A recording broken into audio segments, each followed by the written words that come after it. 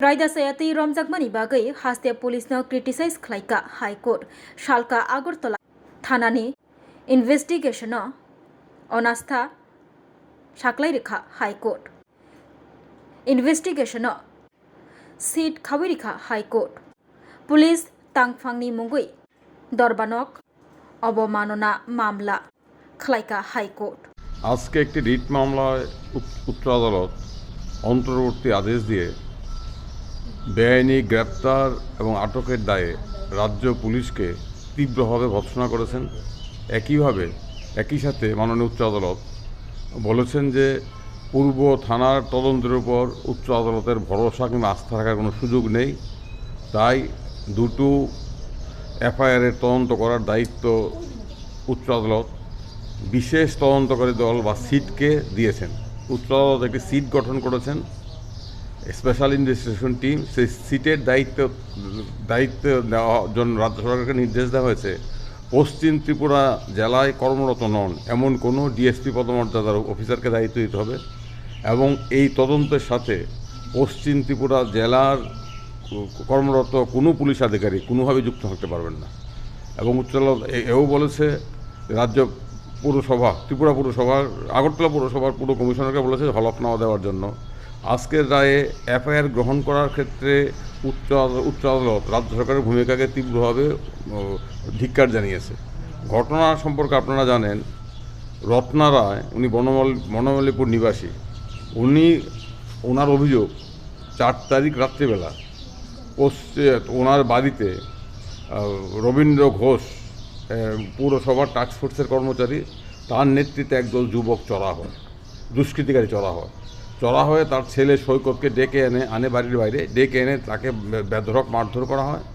ছেলেকে বাঁচাতে গিয়ে মা বাবা আক্রান্ত হয়।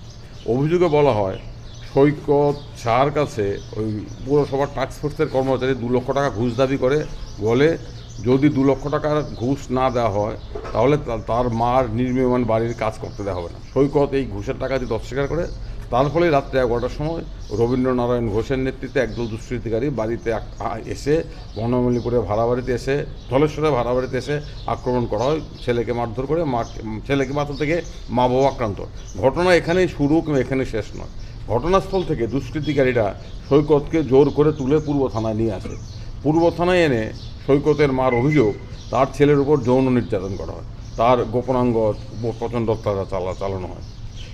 এবং পরের দিন তাকে ব্যক্তিগত মুচলেখায় সই করতে বাধ্য করে আদালত থেকে থানা থেকে ছেড়ে দেওয়া হয়।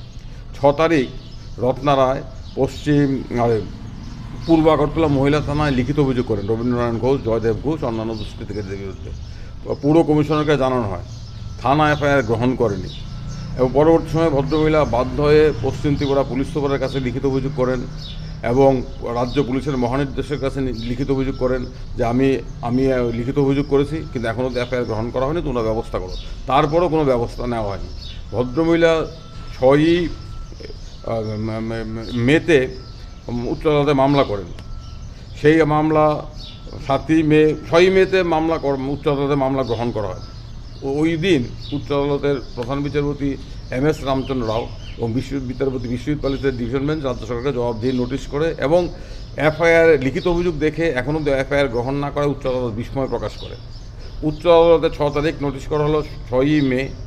7 তারিখ পূর্ব আগরতলা থানা রত্না রায়ের লিখিত অভিযোগের ভিত্তিতে এফআইআর দাখিল করে, এফআইআর গ্রহণ করে, এফআইআর নথিবদ্ধ করে। কিন্তু সেই নথিবদ্ধ এফআইআরে অপহরণ অভিযোগ, সরকারি কর্মচারীর ঘুষ চাওয়া সংক্রান্ত অভিযোগের সংশ্লিষ্ট ধারাগুলো যুক্ত করা হয়নি। এবং রাজ্য সরকার হলফনামা দিয়ে বলে সৈকতকে নাকি 4 তারিখ মদমত্ত অবস্থায় গ্রেপ্তার করা হয়েছে এবং তার বিরুদ্ধে অভিযোগ হলো সে সরকারি কর্মচারী অর্থাৎ পুর পরিষদের কর্মচারীকে কর্তব্য প্রদানে বাধা প্রদান করেছে। কিসের ভিত্তিতে? টেলিফোনে মৌখিক হুমকি দিয়ে। আমরা বলি এই গ্রেপ্তার বেআইনি, এই গ্রেপ্তার অবৈধ এবং এফআইআর গ্রহণ করার ক্ষেত্রে প্রাথমিক তদন্তের অভিযোগ সম্পূর্ণ ভিত্তিহীন। প্রাথমিক তদন্তের কোনো প্রয়োজন পড়ে না, যেহেতু এফআইআরে ধর্তব্যযোগ্য গুরুতর ফৌজদারি অপরাধের অভিযোগ রয়েছে। রাজ্য সরকার হলফনামা দেয়। রাজ্য সরকার হলফনামা দিয়ে এফআইআর গ্রহণ করার ক্ষেত্রে 1 মাস দেরি, উচ্চ আদালতের রায়ের পর উচ্চ আদালতের নোটিশের পর এফআইআর গ্রহণ করে এটাকে জাস্টিফাই করার চেষ্টা করে। তারা বলে তারা নাকি প্রাথমিক তদন্ত করে দেখেছে, প্রাথমিক তদন্তে এতটা সময় নিয়েছে। এবং তথাকথিত প্রাথমিক তদন্তে সবচেয়ে অদ্ভুত ব্যাপার, সবচেয়ে ভয়ঙ্কর দিক হলো তথাকথিত প্রাথমিক তদন্তে সৈকতের কাছে যে পুরো কর্মচারী ঘুষ চাইল সেই সংক্রান্ত অভিযোগের কোনো তদন্ত হয়নি। সৈকতকে যে পূর্ব থানায় এসে যৌন নির্যাতন করলো থানার বাবুদের উপস্থিতিতে দুষ্কৃতিকারীরা, এটা নিয়ে কোনো তদন্ত হয়নি। আমরা বললাম এই তদন্ত লোক দেখানো তদন্ত। কালকে উচ্চ আদালতে গতকাল মামলাটা ছিল, তখন সরকারি আইনজীবী জানিয়েছিল পাবলিক প্রসিকিউটর যে সংশ্লিষ্ট পুলিশ আধিকারিকের বিরুদ্ধে শোকজ করা হয়েছে এবং উচ্চ আদালতে পর্যবেক্ষণের পর এফআইআরে সরকারি কর্মচারীর কাছ থেকে ঘুষ চাওয়া অপহরণ অভিযোগ যুক্ত করা হয়েছে। কালকে উচ্চ আদালত আমাদের বক্তব্য শুনে আজকে আদেশ দিয়েছেন। রিট মামলা একটি অন্তর্বর্তী আদেশ দিয়ে উচ্চ আদালত অত্যন্ত গুরুত্বপূর্ণ নির্দেশ দিয়েছে। প্রথম নির্দেশ হলো উচ্চ আদালত বলেছে সৈকতের মা রত্না রায়ের এফআইআর মূলে অভিযোগের তদন্ত এবং সৈকতের বিরুদ্ধে পুরো কর্মচারীর অভিযোগ মূলে দুটো এফআইআর তদন্ত পূর্ব থানার উপর দেওয়া যায় না, পূর্ব থানায় তদন্ত কোনোভাবেই করতে পারে না। রাজ্য সরকার পুলিশের তদন্তে রাজ্য সরকার উচ্চ আদালত অনাস্থা প্রকাশ করে বলেছে আমরা এসআইটি স্পেশাল ইনভেস্টিগেশন টিম গঠন করার জন্য রাজ্য সরকারকে নির্দেশ দিচ্ছি। এবং আমরা রাজ্য সরকার নির্দেশ দিচ্ছি এই এসআইটির দায়িত্বে থাকবেন পশ্চিম জেলার বাইরে কর্মরত ডিএসপি পদমর্যাদার একজন অফিসার এবং এই এসআইটির সাথে কোনোভাবেই রাজ্য এই পশ্চিম জেলায় কর্মরত কোনো পুলিশ আধিকারিক যুক্ত থাকতে পারবেন না। ওই এসআইটি তদন্তের তদারকি করবেন ডিআইজির পদমর্যাদার একজন অফিসার এবং তদন্তের স্ট্যাটাস জমা যাবে। উচ্চ আদালত আরেকটা গুরুত্বপূর্ণ কথা বলেছে, সৈকতকে যে গ্রেপ্তার করলো এটা হচ্ছে সম্পূর্ণ বেআইনি অবৈধ। সুপ্রিম কোর্টের অর্ণেশ কুমার মামলার নির্দেশ অগ্রাহ্য করে নন কক অফেন্সে নোটিশ না দিয়ে সৈকতকে গ্রেপ্তার করা বেআইনি অবৈধ গ্রেপ্তার। এবং এই অবৈধ বেআইনি গ্রেপ্তারের জন্য যেই পুলিশ অফিসার গ্রেপ্তার করেছে সুকান্ত সৈকত দে, সেই পুলিশ অফিসারের বিরুদ্ধে উচ্চ আদালত স্বতঃপ্রণোদিতভাবে আদালত অবমাননার মামলা গ্রহণ করেছে এবং আগরতলা পৌরসভার ভূমিকায় উচ্চ আদালত প্রচণ্ড অসন্তোষ ব্যক্ত করেছে। আর উচ্চ আদালত আরেকটা গুরুত্বপূর্ণ কথা বলেছে, গুরুত্বপূর্ণ পর্যবেক্ষণ দিয়েছে। এই যে 6 এপ্রিল এফআইআর করা হলো, গুরুতর অভিযোগ, লোক দেখানো প্রাথমিক তদন্ত করা হলো এবং কখন এফআইআর রেজিস্ট্রি হলো 6 মে, 1 মাস পরে উচ্চ আদালত নোটিশ জারি করার পর উচ্চ আদালত বলেছে প্রাথমিক তদন্তটাও বেআইনি, প্রাথমিক তদন্তের কোনো প্রয়োজন ছিল না। কারণ ফৌজদারি কার্যবিধি এবং বিএনএসএস এর নির্দেশ হচ্ছে যেখানে গুরুতর ধর্তব্যযোগ্য অপরাধ আছে সেখানে প্রাথমিক তদন্তের প্রয়োজন পড়ে না। এই এফআইআরে গুরুতর ধর্তব্যযোগ্য অপরাধ মানে সিরিয়াস কগনাইজেবল অফেন্সের কথা বলা আছে। প্রথমত সরকারি কর্মচারী ঘুষ চাওয়া 2 লক্ষ টাকা, দ্বিতীয়ত হচ্ছে থানায় অপহরণ করে থানায় এনে যৌন নির্যাতন চালানো। এরপরে প্রাথমিক তদন্তে কোনো প্রয়োজন পড়ে না। এই যে আজকের আদেশটা দেওয়া হলো, এই আদেশের ফলে রাজ্য সরকার এবং পুলিশের ভূমিকা এবং একটা আমরা বলেছি যে একজন নাগরিকের বিরুদ্ধে সমগ্র ব্যবস্থাটা, এই যে 6 তারিখ সৈকতের অভিযোগ কিন্তু হচ্ছে 6 তারিখ পূর্ব আগরতলা থানা দুষ্কৃতিকারীরা তাকে মেরেছে বেধড়ক, মুখে মাথায় ঘুষি মেরে থানায় তুলে নিয়ে এসে ভাবুন আমরা কোন সভ্য দেশে আছি। একটি থানার অভ্যন্তরে দুষ্কৃতিকারীরা থানা বাবুদের সামনে তার গোপন অঙ্গের উপর অত্যাচার চালালো, কোনো ব্যবস্থা নেই। এবং সিসিটিভি, এই তথাকথিত প্রাথমিক তদন্তে সিসিটিভি কেউ দেখেনি, এটাকে একদম কম্বলে চাপা দিয়েছে। আপনারা জানেন যে 6 তারিখ মামলা করার পর উচ্চ আদালত নির্দেশ দিয়েছিল সিজিএমকে সিসিটিভি ফুটেজ সিকিউর করে সিজিএমের কাস্টডি নেওয়ার জন্য। আজকে উচ্চ আদালত বলেছে এই সিসিটিভি ফুটেজ স্পেশাল এসআইটির কাছে উপযুক্ত প্রমাণ রেখে জমা দিতে হবে। এখন দেখা যাক তদন্ত কী হয়। অন্যায়ের শিকার হলো, তাকে মারধর করে থানায় তুলে এনে মারধর করা হলো, সেটা নিয়ে কোনো তদন্ত নেই, এফআইআর গ্রহণ করা হলো না। অপরপক্ষে পুরো পরিষদ সেই অভিযুক্ত পুরো কর্মচারীর বিরুদ্ধে গেল, এখন অবধিও সেই পুরো কর্মচারীকে সাসপেন্ড করা হয়নি, তাকে গ্রেপ্তার করা হয়নি। এখন অবধি আপনার উল্টে সৈকতের বিরুদ্ধে অভিযোগকে রাতারাতি এফআইআর গ্রহণ করা হলো। সমগ্র ব্যবস্থাটা পুলিশ প্রশাসন, পুরো প্রশাসন সাধারণ নাগরিকদের বিরুদ্ধে দাঁড়িয়েছে। এটা আদালতে আমাদের বক্তব্য গ্রহণ করেছে। আদালত বলেছে এটা তো আইনের শাসন হতে পারে না। এই একটা বিচ্ছিন্ন ঘটনা নয়, একটা ঘটনা আজকে আদালত এসেছে। এই ধরনের ঘটনা অহরহ ঘটে। থানায় এফআইআর করানো আমাদের সাধারণ নাগরিকদের কাছে মনে হয় যে চাঁদে হেঁটে যাওয়া অনেক সহজ। থানায় এফআইআর করানো একজন নাগরিকের পক্ষে চাঁদে হেঁটে যাওয়ার চেয়ে কঠিন কাজ। পূর্ব থানায় কী করেছে, মহিলা থানায় কী করেছে, তদন্তের নামে, প্রাথমিক তদন্তের নামে, এবং প্রাথমিক তদন্ত করছে কিসের তদন্ত, আসল ঘটনা নিয়ে কোনো অভিযোগ নেই। এই যে 2 লক্ষ টাকা ঘুষের দাবি, এটা নিয়ে কোনো প্রশ্ন নেই। বলা হচ্ছে সৈকত মদমত্ত অবস্থায় ছিল, কিন্তু পুলিশ রিপোর্টে, মেডিকেল রিপোর্টে কোথাও কোনো উল্লেখ নেই। বলা হচ্ছে সরকারি কাজে বাধা দেওয়া হয়েছে, কোথায় সরকারি কাজে বাধা দেওয়া হলো? তথাকথিত জিডি এন্ট্রি, তো টেলিফোনে হুমকি, সবটা ব্যাপারে একটা কীভাবে অপরাধীদের সাথে পুলিশের একাংশের যোগসাজশ, কীভাবে থানাগুলো প্রকৃত বিচার প্রার্থী যারা নাগরিকরা বিভিন্ন ধরনের অপরাধের শিকার হয় তাদের পক্ষে না দাঁড়িয়ে অপরাধীর পক্ষে দাঁড়ায়, এর একটা প্রকৃষ্ট উদাহরণ, প্রকৃষ্ট ঘটনা, প্রকৃত ঘটনা আজকে উচ্চ আদালতের রায়ের মধ্য দিয়ে এসেছে।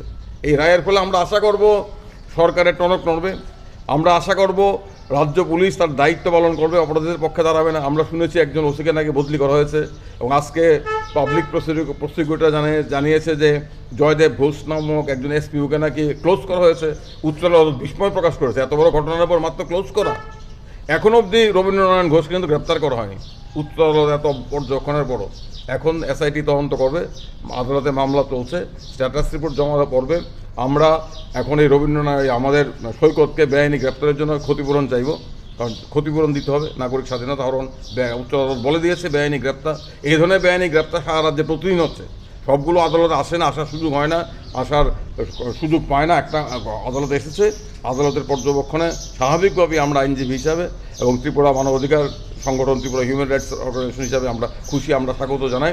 আমরা আশা করব এই রায়ের ফলে নাগরিকরা সাহস ফিরে পাবে, তারা পুলিশি হেনস্থা, পুলিশ যখন রক্ষক যখন ভক্ষকের ভূমিকা নেয় তার বিরুদ্ধে নাগরিকরা আইনের দ্বারস্থ হতে উৎসাহিত হবে। কোন দুই থানা? এটা কি দুটোই মহিলা? দুটো, একটা হচ্ছে পূর্ব আগরতলা মহিলা থানা আর একটা হচ্ছে পূর্ব আগরতলা থানা। দুটোর বিরুদ্ধে দুটো, এবং পূর্ব আগরতলা মহিলা থানা তদন্ত রিপোর্টকে, প্রাথমিক তদন্ত রিপোর্টকে উচ্চ আদালত নাকচ করে দিয়েছে, এবং তীব্রভাবে নাকচ করে। এটা তদন্ত নয়, তদন্তের নামে ছেলে ভোলানো ছড়া, আসল ঘটনা তদন্ত করা হলো না। এবং আরও অদ্ভুত ঘটনা, পূর্ব আগরতলা মহিলা থানায় বলা হয়েছে যে রত্না রায়কে মাটিতে ফেলে দেওয়া হয়েছে, একজন মহিলাকে। তারপরও মহিলা থানা তদন্তকারী অফিসার বলছেন এটা নাকি মহিলাদের বিরুদ্ধে অপরাধ না। আমি উচ্চ আদালতে বলেছি এই যদি হয় আদালতে থানার ভূমিকা, মহিলা থানার ভূমিকা, তারা কি করে মহিলাদের অধিকার রক্ষা করবে? তাদের রিপোর্টে বলছে রত্না রায়কে মাটিতে ফেলে দেওয়া হয়েছে, পুশ ডাউন টু আর্থ, ওকে ধাক্কা দিয়ে আর দুষ্কৃতিকারীরা মাটিতে ফেলে দিয়েছে যখন ছেলেকে বাঁচাতে মা বাবা গিয়েছিল। তারপরেও মহিলা থানার রিপোর্টে বলছে এটার উদ্দেশ্য মহিলাকে আক্রমণ করার উদ্দেশ্য ছিল স্কাফলিং। দেখুন মহিলা থানার ভূমিকা, মহিলা থানা যে মহিলাদের অধিকার রক্ষা করতে পারে না, এই তদন্ত রিপোর্টে প্রমাণিত। এই তদন্ত রিপোর্ট আদালত একদম ডাস্টবিনে ছুঁড়ে ফেলে দিয়েছে। এবং সৈকতের কিন্তু মেডিকেল রিপোর্টে সৈকতের ইঞ্জুরির কথা আছে, কিন্তু প্রাথমিক তদন্ত রিপোর্টের ইঞ্জুরির কথা নেই। এবং সরকারি হলফনামা হচ্ছে একদম মিথ্যে ঠাসা, সেই হলফনামায় আসলে কেঁচো খুঁড়তে সাপ বেরিয়ে এসেছে। সমস্ত ঘটনাটা সরকারি হলফনামা আর স্পষ্ট হয়ে গেছে। এটা একটা ঘটনা সামনে এসেছে, এই ধরনের ঘটনা বহু ঘটনা ঘটছে। আমরা আশা করব এই ধরনের সরকার উচ্চ আদালত যে রায় দিয়েছেন, আদেশ দিয়েছেন, এতে পুলিশ প্রশাসনের সম্বিত ফিরে পাবে, রাজ্য সরকারের সম্বিত ফিরে পাবে। তারা অভিযুক্ত পুলিশ অফিসার আধিকারিকদের বিরুদ্ধে ব্যবস্থা গ্রহণ করবেন এবং প্রতিটি ক্ষেত্রেই উপযুক্ত আইনি ব্যবস্থার দিকে তারা যাবেন। এর আগে শোনো শোনো ভোজন রসিক, শোনো মন দিয়া, ঝাঁঝের স্বাদে রান্না করো লং তরাই দিয়া।